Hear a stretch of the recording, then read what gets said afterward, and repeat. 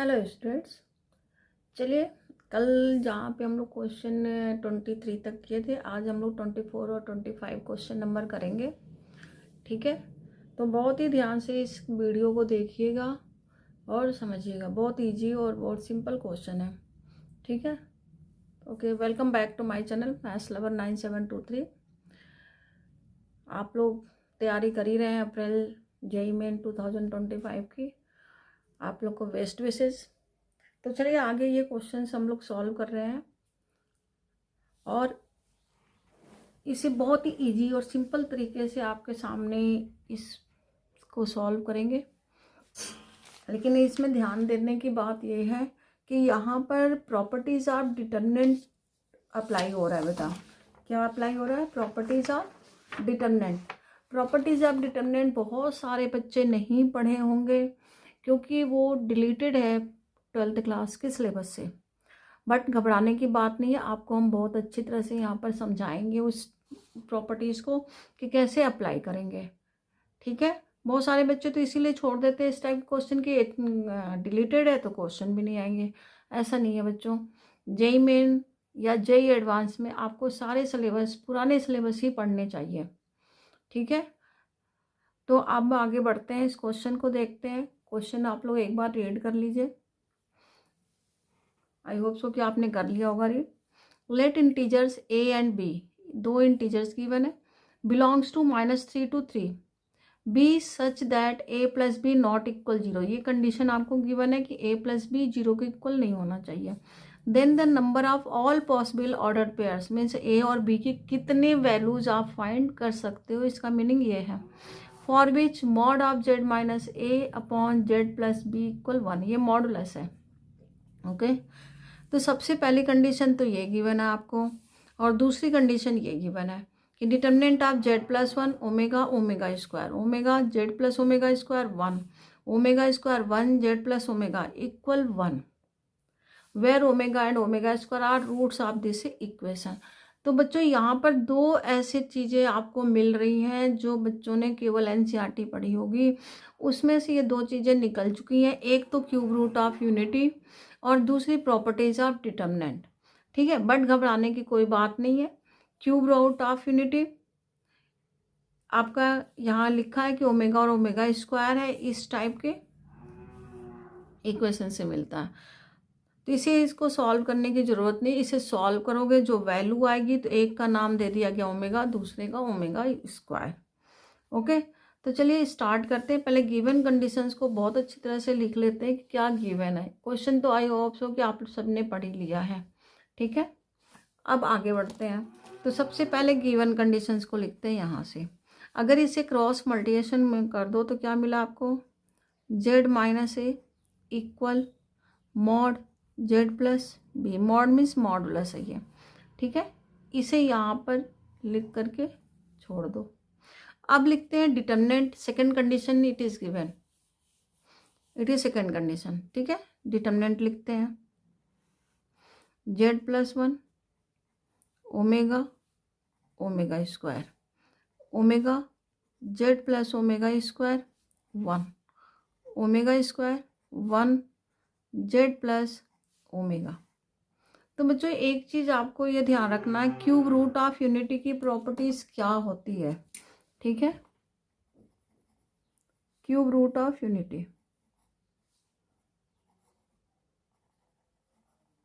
Cube root of unity.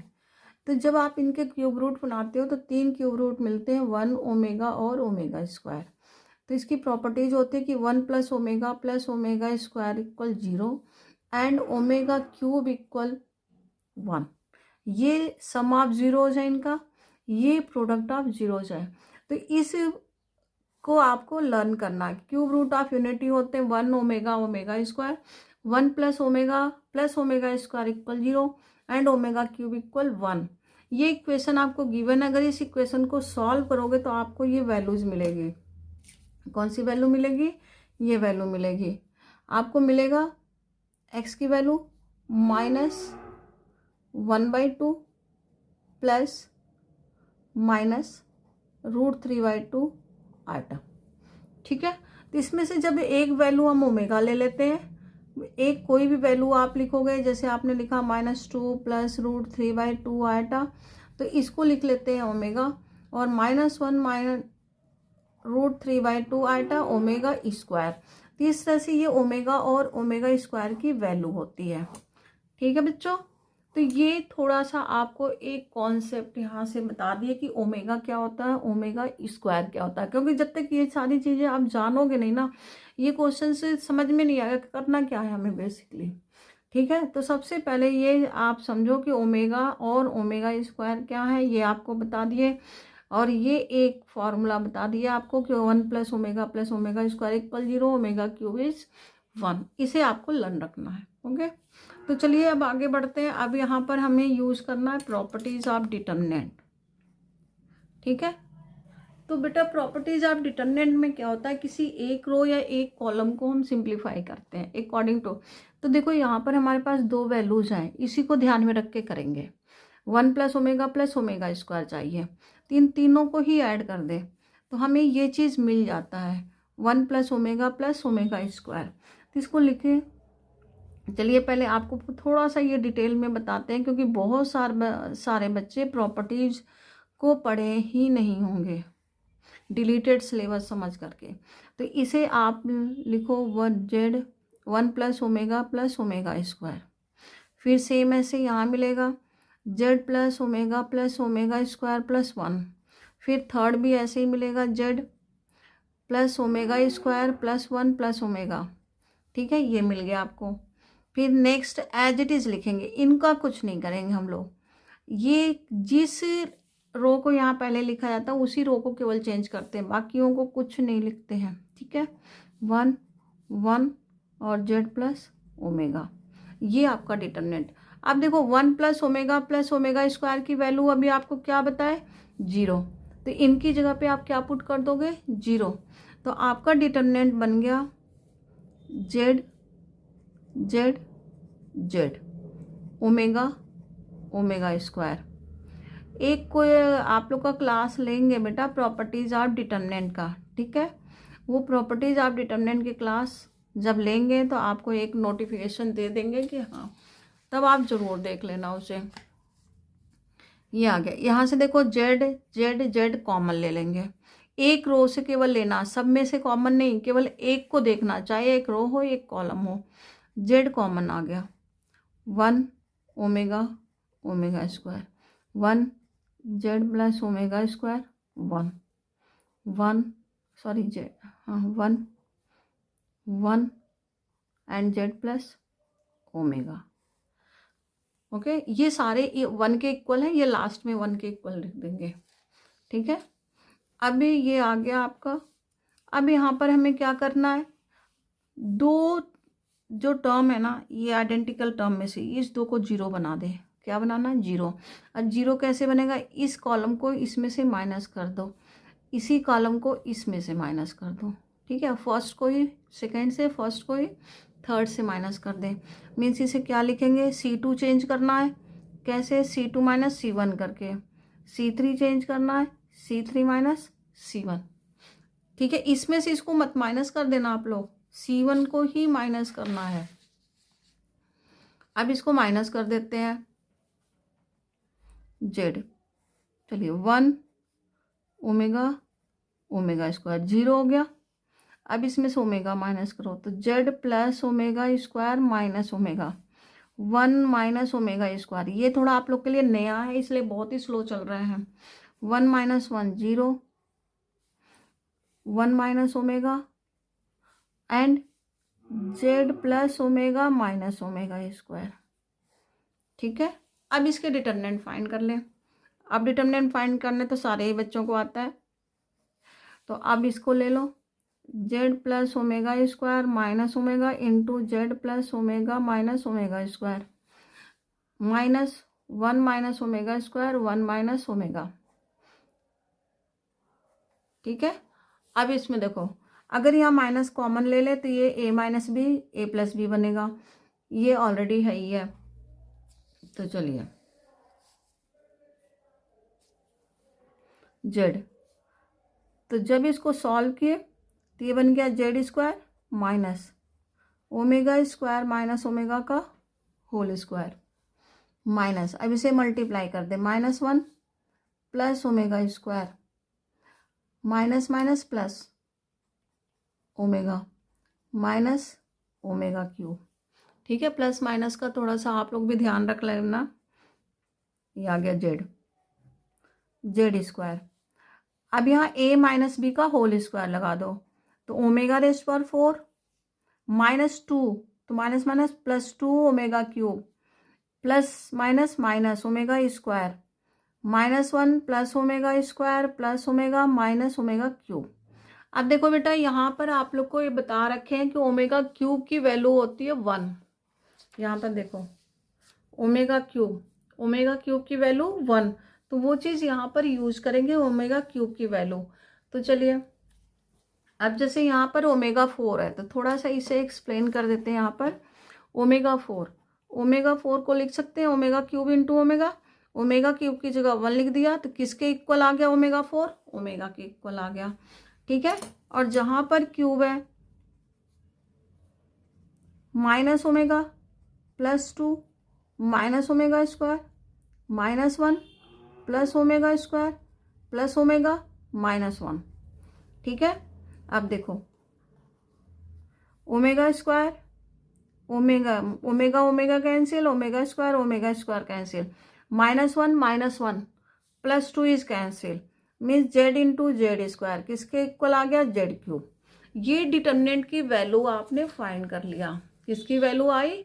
Determinant की value आ गई। अब इस डिटर्मिनेंट की वैल्यू किसके इक्वल है, जल्दी बताओ। डिटर्मिनेंट की वैल्यू किसके इक्वल है? 1 के। तो जेड क्यूब किसके इक्वल आ गया? 1 क्यूब के। Z cube equal 1। ओके, अब ये जेड क्यूब की वैल्यू 1 के इक्वल है, तो अब इसके रूट्स क्या क्या मिलेंगे अभी बताए। क्यूब रूट ऑफ यूनिटी, यहाँ बताए क्यूब रूट ऑफ यूनिटी क्या होता है? 1 ओमेगा स्क्वायर। तो यहाँ इसकी वैल्यू क्या आ गई जेड की? 1 ओमेगा स्क्वायर।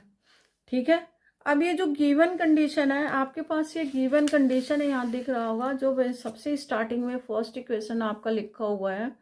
गिवन कंडीशन ये, इसका यूज करेंगे क्योंकि हमें ए और बी की वैल्यू फाइंड करनी है।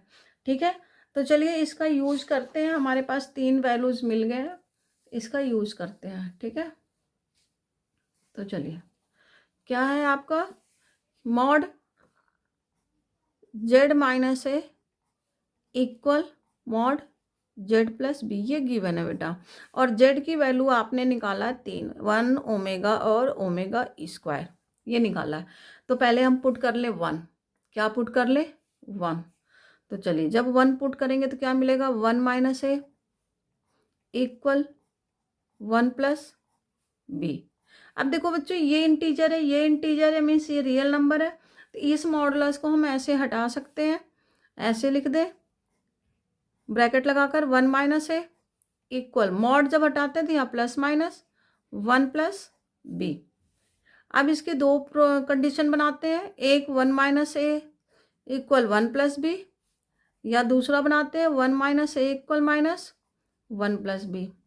ओके, अब देखो 1 से 1 कैंसिल, क्या मिला? a plus B equal 0।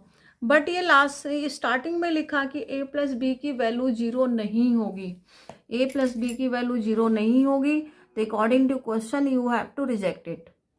इसे नहीं लोगे, ठीक है, इसे रिजेक्ट कर दोगे। अब बचा ये part 1 minus A equal -1 minus B. अब इसे इधर ट्रांसफर कर दो, तो a माइनस बी इक्वल क्या मिला आपको? 2। तो a इक्वल 2 प्लस बी कर दो। यहाँ b की वैल्यू आप पुट करते जाओगे, आपको पेयर मिलेगा। तो सबसे पहले पुट करते हैं यहाँ पर, चलिए यहीं पर पुट कर लेते हैं यहाँ पर। हाँ, b आपको मालूम है कि कहाँ से कहाँ तक इंटीजर लेना है, कहाँ से कहाँ तक? -3 to 3, तो -3 ले सकते हो, -2 ले सकते हो, -1 ले सकते हो, 0 1 2 एंड 3, बस इतने नंबर्स ले सकते हो।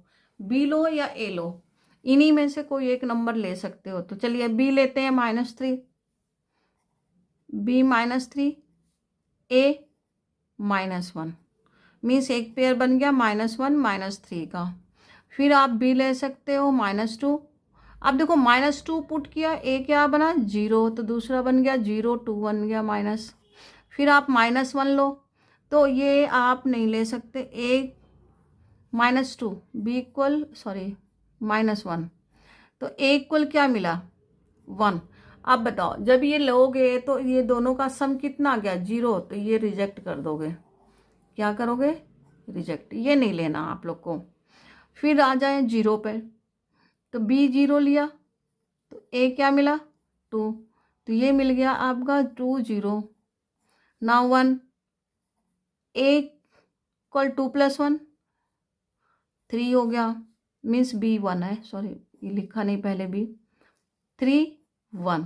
अब 3 लोगे तो फिर भी 1 आ जाएगा, 3 5 आ गया, तो 5 है इसके अंदर, है ही नहीं। देखो अगर बी आपने 3 लिया तो ए क्या मिला 5, 5 तो है ही नहीं ना इसके अंदर, does not contain in -3 to 3, तो ये नहीं ले सकते। तो कितने मिले, इसको आप सर्कल लगा लो, कितने मिले ये बाद में देखने के काम आएंगे। इस रिलेशन से आपके 4 पेयर मिले। कितने पेयर मिले, 4 मिले। ठीक है, अब आगे बढ़ते हैं। अब देखो ओमेगा की वैल्यू है, ओमेगा की वैल्यू जस्ट अभी आपको बताएं, क्या बताएं ओमेगा की value, omega equal -1/2 plus √3/2 iota. Z की जगह पुट कर ले, -1/2 plus √3/2 iota minus A equal -1/2 plus √3/2 iota plus B. तो बच्चों ये देख रहे हैं, ये कॉम्प्लेक्स नंबर है, तो कॉम्प्लेक्स नंबर में एब्सोल्यूट वैल्यू डायरेक्ट नहीं हटाते हैं, इसका मॉडुलस लेंगे। क्या लेंगे, मॉडुलस।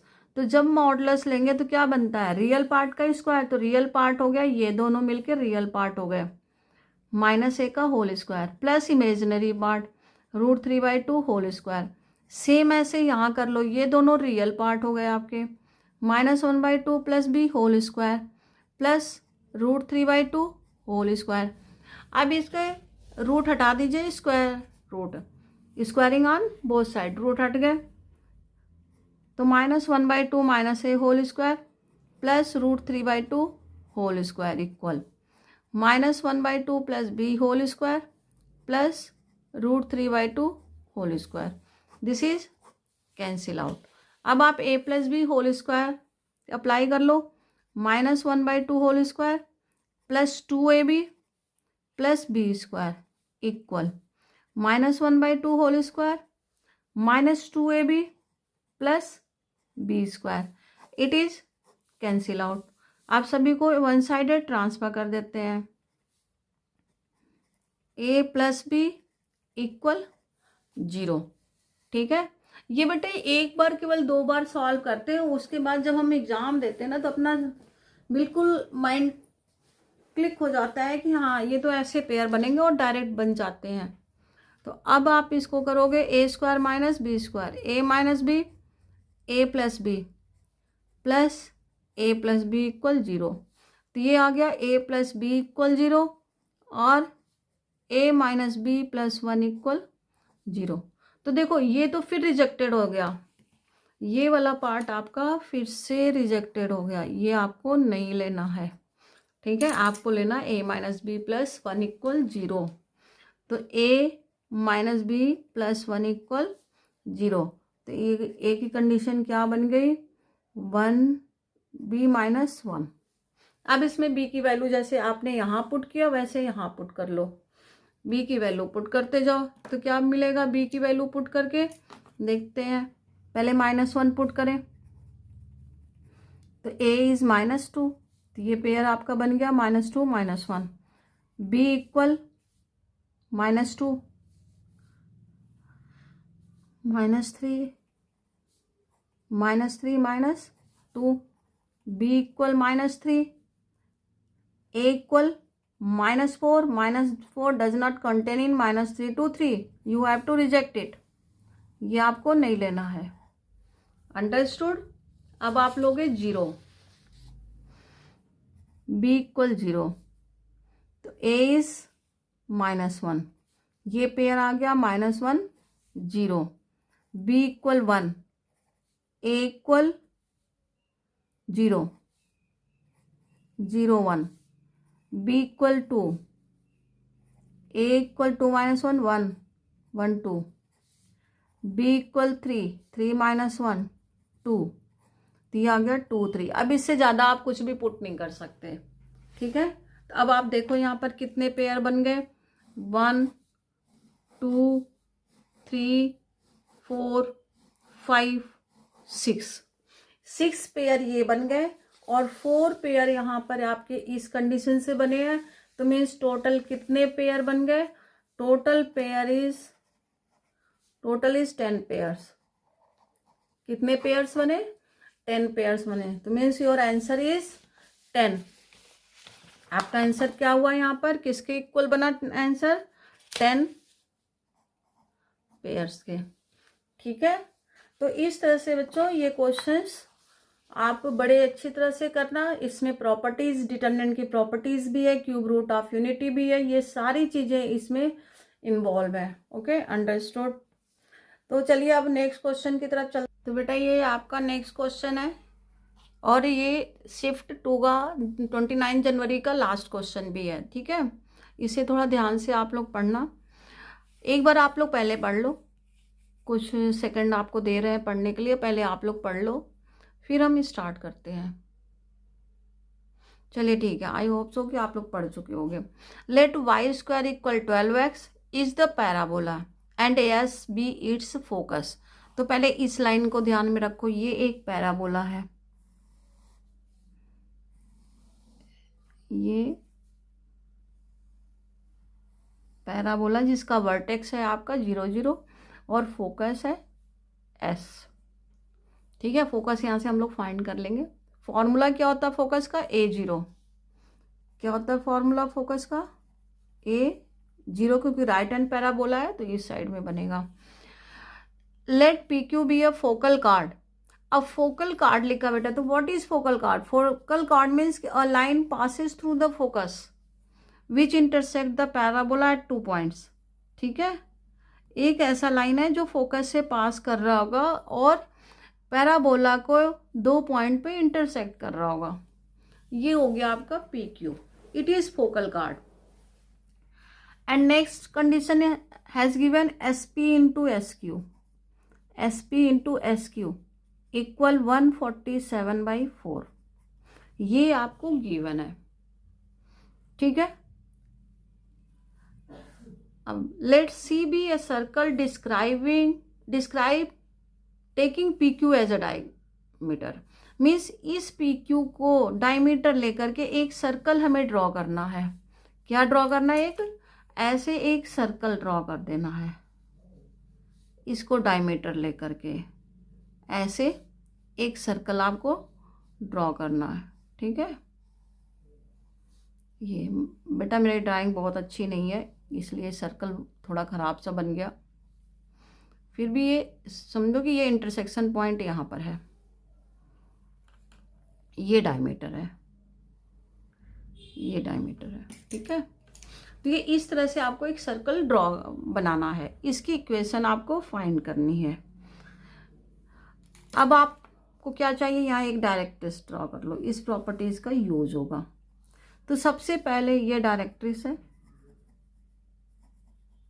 डायरेक्ट्रिक्स की इक्वेशन क्या होती है, इस साइड के लिए A इक्वल -A, ठीक है। इतनी चीजें आपने लिख लिया। तो देखो फोकल कार्ड जो होता है पैराबोला का वो होता है आपका AT1 स्क्वायर 281 और ये हो जाएगा AT2 स्क्वायर -2AT2, ठीक है। ये अगर आपने पॉइंट लिया, ये पॉइंट लिया तो आपको यहाँ पर फोकल कार्ड की एक कंडीशन मिलती है। फोकल कार्ड की कंडीशन क्या मिलती है, T1 इंटू T2 इक्वल -1। ये कंडीशन आपको ध्यान रखना, T1 इंटू T2 इक्वल -1। इसी से दूसरा पॉइंट हम लोग फाइंड करेंगे, अंडरस्टूड। ये तो हो गया इस क्वेश्चन का एक्सप्लेनेशन, जो इस फिगर के थ्रू आपको बच्चों बहुत अच्छी तरह से एक्सप्लेन किए हैं। अब आप ये सारा हो गया, तो अब आपको A चाहिए, T की वैल्यू लास्ट में निकालना है, डायरेक्ट्रिक्स चाहिए। अब डायरेक्ट्रिक्स क्यों लिए, डायरेक्ट्रिक्स इसलिए लिया गया बेटा कि एस पी यहाँ से एक परपेंडिकुलर लाइन जो ड्रॉ करोगे पी से एक परपेंडिकुलर लाइन ड्रॉ करोगे यहाँ से और क्यू से, suppose that it is M1, it is M2, तो then S P into S Q equal P M1 into Q M2। ये दोनों आपस में इक्वल होते हैं। एक प्रॉपर्टी एक यहाँ पर ये यूज होगी, ये दोनों आपस में इक्वल होते हैं। जितनी प्रॉपर्टी इससे बन सकती थी फोकल कॉर्ड से रिलेटेड, वो सारी प्रॉपर्टी हम आपके सामने लिख दिए। अब आप आगे देखिए। ओके, अब इस क्वेश्चन को प्रॉपरली सॉल्व करते हैं। कैसे करना है, बहुत ईजी है। ठीक है, तो अब चलिए सॉल्व करते हैं। इतनी सारी चीज़ें लिखने के बाद देखो हमें गिवन क्या है, वाई स्क्वायर इक्वल 12x, तो 4a इक्वल, ये सारी चीज़ें सब लोग जानते हैं इसलिए थोड़ा सा ये फास्ट कर दिए। तो हमारा s निकल गया 30। ठीक है, p पॉइंट क्या आ गया, p 3, और t1 को ले लेते हैं t, 3t स्क्वायर, 3 2 जा 60। अब जब हम इसे t ले लिए तो t2 क्या मिल गया, -1/t, -1/t। तो अब यहाँ -1/t लिख देते हैं, क्यों 3/t square -6/t, P Q S आपको मिल गया। अब हमें फाइंड करना है directrix, equation of directrix, equation of directrix आपको लिख रखे हैं, फिगर में देख सकते हो। तो क्या मिला, x + 3 = 0 मिला। अब हमें फाइंड करना PM1 और QM1। PM1 means distance from a point two the line, तो ये बन गया आपका फर्स्ट केस के लिए। ठीक है, ये पॉइंट है आपका, पॉइंट P क्या है, 3t स्क्वायर। तो चलिए पुट करते हैं हम लोग, x की जगह 3t square +3 divided by magnitude होता है तो 1 ही हो गया, क्या बना 3t स्क्वायर +3 बन गया आपका PM। ऐसे ही सिमिलरली QMN बता लो, यहाँ पॉइंट क्या बनेगा 3/t स्क्वायर, तो डायरेक्ट लिख देते हैं इसी तरह से 3/t स्क्वायर +3, ये आ गया आपका PMN। ठीक है, QMN तो आप जानते हो SP इक्वल, यहाँ लिखा हुआ है SP into SQ equal PM1, तो यहीं से लिख देते हैं। ठीक है, दोबारा क्यों लिखना। तो चलिए PM1 हो गया 3t स्क्वायर +3, और ये हो गया 3/t स्क्वायर +3 इक्वल 147/4, ये आ गया। इस तरह से जब बना लोगे तो कैलकुलेशन करना बहुत इजी है, सॉल्व बहुत ईजिली हो जाएगा। अब 3 कॉमन ले लो यहाँ से, t स्क्वायर +1, यहाँ से भी 3 कॉमन ले लो, 1/t स्क्वायर +1 इक्वल 147/4। ये तो यहाँ से कैंसिल हो जाएगा क्योंकि ये 3 के टेबल में आते हैं, 3 4 जा 3 9 जा, और ये 3 डिवाइड कर दें और इनको मल्टीप्लाई कर दें। चलिए 1 + 1/t square +t square +1 equal 49/12 हो गया।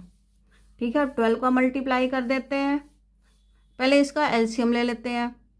ठीक है, फिर मल्टीप्लाई कर देंगे t स्क्वायर।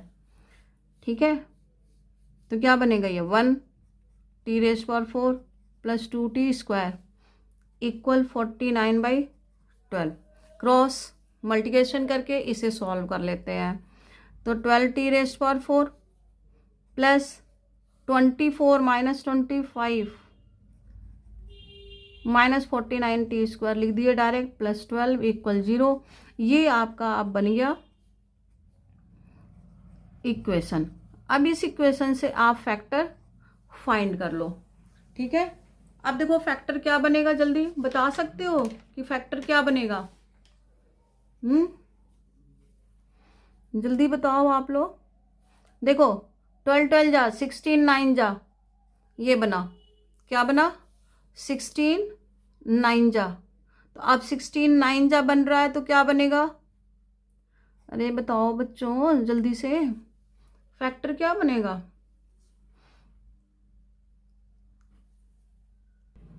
हाँ, तो सोच लिया आप लोगों ने, तो चलिए लिख लेते हैं। 4t² माइनस 3, ये 3t² minus 4। Middle term split करना तो सबको आता है, इसलिए आपको ये टाइम दिए थे।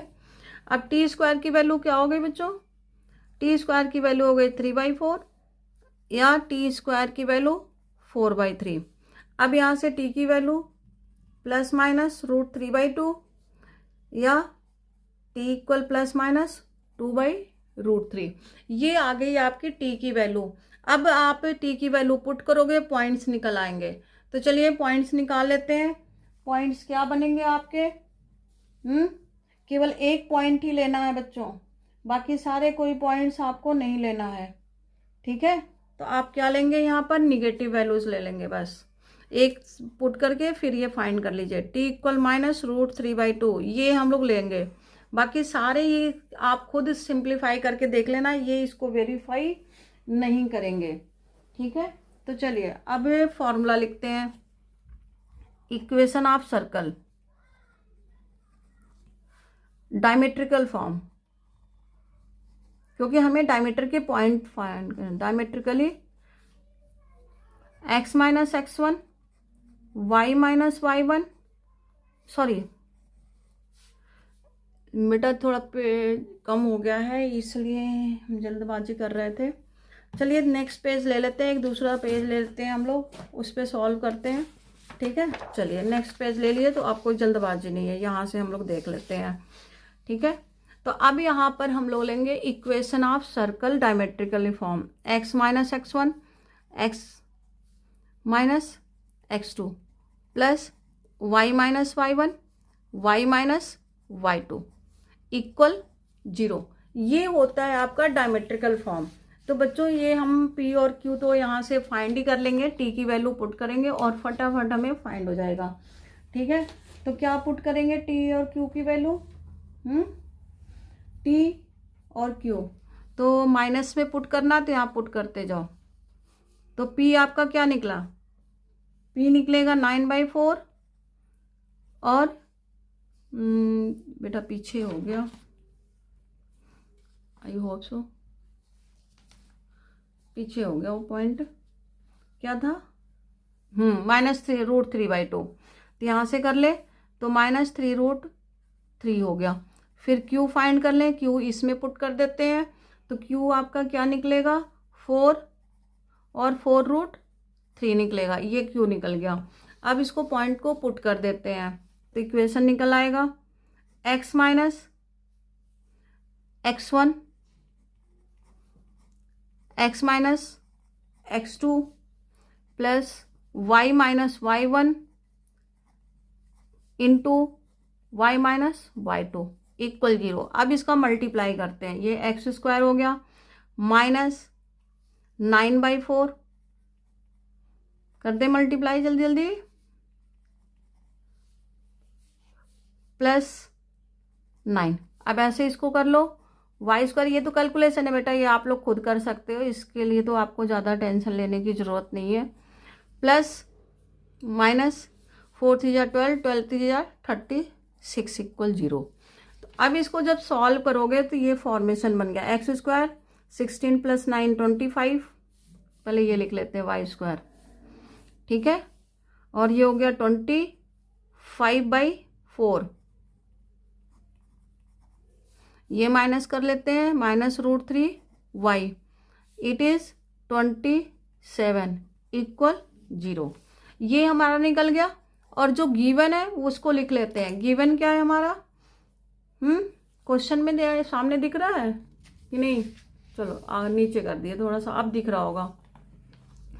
64 गिवन है, तो 64 से सभी को डिवाइड कर दो, तो x² + y² minus α/y 64 x minus √3y equal β/64। अब इसको कंपेयर कर लेते हैं, तो α/64 इक्वल हो गया 25/4 16, तो अल्फा की वैल्यू आ गई 400। क्या आ गई अल्फा की वैल्यू? 400। अब बीटा फाइंड करना है, β/64 इक्वल, यहाँ पर भी हाँ ठीक है, इक्वल 27 आ गया। अब बीटा का मल्टीप्लाई कर लीजिए, बीटा क्या आ जाएगा? 64 इंटू 27, तो आई होप सो कि ये बनेगा 1728। अब हमें जो फाइंड करना है वो आप फाइंड कर लो, क्या है, बीटा माइनस अल्फा। तो 1 बीटा माइनस अल्फा 1728 माइनस 27, तो क्या आ गया माइनस करके, जल्दी सॉल्व करो, जल्दी माइनस करो आप लोग। अल्फा कितना, सॉरी 400 है अल्फा, तो 400, तब तो और इजी हो गया माइनस करना आपके लिए। 400 है बच्चों, यहाँ 400 निकल रखा है, तो 1328, तो क्या आंसर आ गया आपका 1328। तो क्या लिखोगे यहाँ पर 1328, ये आपका आंसर आ गया। ठीक है, 1328 ये आंसर आ गया। तो बच्चों इस तरह से 29 जनवरी का शिफ्ट 1 का पेपर आज कंप्लीट हो गया है। अब शिफ्ट 2 करेंगे हम लोग कल से। Okay, thank you so much for watching my channel. But आप लोग से लास्ट में फिर कह रहे हैं कि आप मेरे चैनल को सब्सक्राइब जरूर जरूर जरूर करिए। इतना ज़्यादा एक्सप्लेन करके कहीं और नहीं मिलेगा आपको।